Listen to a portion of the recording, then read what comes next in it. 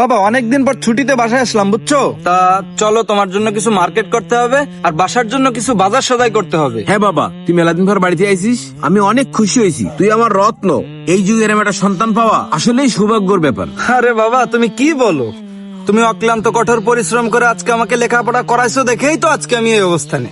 কি ব্যাপার বাবা, ভালো আছিস? কখন আইছিস? এই তো আলহামদুলিল্লাহ চাচা ভালো আছি, এই গতকালকেই বাসায় আসছি। তা আপনি কেমন আছেন? ওই আসি বাবা, আল্লাহ যেরাম রাখিয়েছে। ও আচ্ছা চাচা, তা আমার সে চাস্তো ভাইটার কি খবর? সে কি পড়াশোনা করে নাকি এখনো টোটো কোম্পানির ম্যানেজারই করে বেড়ায়? না বাবা, তুই কি করছিস? তোর চাচা ভাই আমাকে মহল্লায় মসজিদে ইমামতি করে।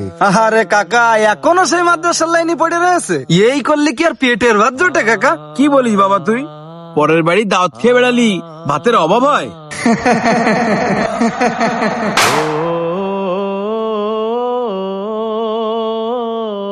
তোরে কত করে তখন কইলাম ছেলেটারে মাদ্রাসা না পড়ায় জেনারেল লাইনে পড়া। তুই তো আমার কথা শুনলি নেই। আজকে তুই আমার ছেলেটারে দেখ, ওকে আজ জেনারেল লাইনে পড়াইছিলাম বলে আজকে ভালো একটা অফিসার হতে পেরেছে, মাসে অনেক টাকা বেতন পায়। আর তোর ছেলের মাদ্রাসায় পড়াইলি বলে মানুষের বাড়ি বাড়ি খেয়ে বেড়ায়। দেখ আমার ছেলে এখন ওই শহরে মার্কেট করতে নিয়ে যাচ্ছে আমারে। চাচা ভাই কি আপনারা মার্কেট টার্গেট করে দেয় কিছু?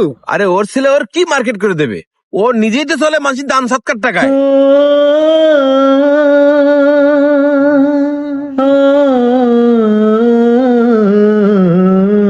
বাবা চলো, আর সময় নষ্ট করে লাভ নেই, অনেক কেনাকাটা করতে হবে তো। আসো। হ্যাঁ চল বাবা, অনেক কেনাকাটা করতে থাকেন হবে। তাহলে। আমি তাহলে আমার ছেলেটার জীবন এইভাবেই নষ্ট করে দিলাম।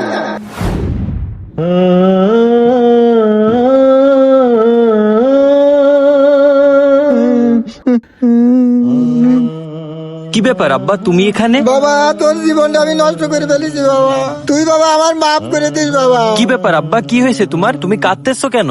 বাবা তোর চাস্তো ভাই না জেনারেল লাইনে পড়ে অনেক বড় অফিসার হয়েছে, মাঠে অনেক টাকা বেতন পায়। আমার জন্য তুই জীবনে কিছু করতে পারলি না বাবা। তোর এই মাদ্রাসার লাইনে পড়াছি বলে তুই আজকে সামান্য একটা মসজিদে ইমামতি করতেছিস, বেশি টাকা পয়সাও কামাতে পারতেছিস না। তোর এই মাদ্রাসার লাইনে পড়াইয়ে তোর এই জীবনটা নষ্ট করে ফেলেছি বাবা, তুই আমার মাফ করে দিস বাবা।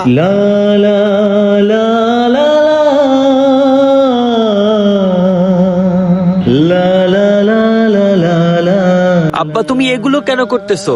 তুমি আমার জীবন ধ্বংস করনি আব্বা, বরং তুমি আমার জীবনের সব থেকে বড় উপকারটা করেছো আব্বা। তোমার জন্যই আমি ইসলাম সম্পর্কে, এত পবিত্র ধর্ম সম্পর্কে জ্ঞান লাভ করতে পেরেছি। এজন্য তুমি দুনিয়ার সব থেকে বড় উপকারটা করেছো আব্বা। কিন্তু আমার জীবন তুমি নষ্ট করে দিয়েছো, এরকম বাজে কথা তোমাকে কে বলেছে আব্বা? বাবা তোর বয়স কথাই বলছিল, তোর মাদ্রাসায় পড়ায় তোর জীবনটা নষ্ট করে ফেলেছি আমি, এই কারণে আমার খারাপ লাগতেছে। ও আচ্ছা আব্বা, এইবার আমি আসল ঘটনা বুঝতে পেরেছি। বড়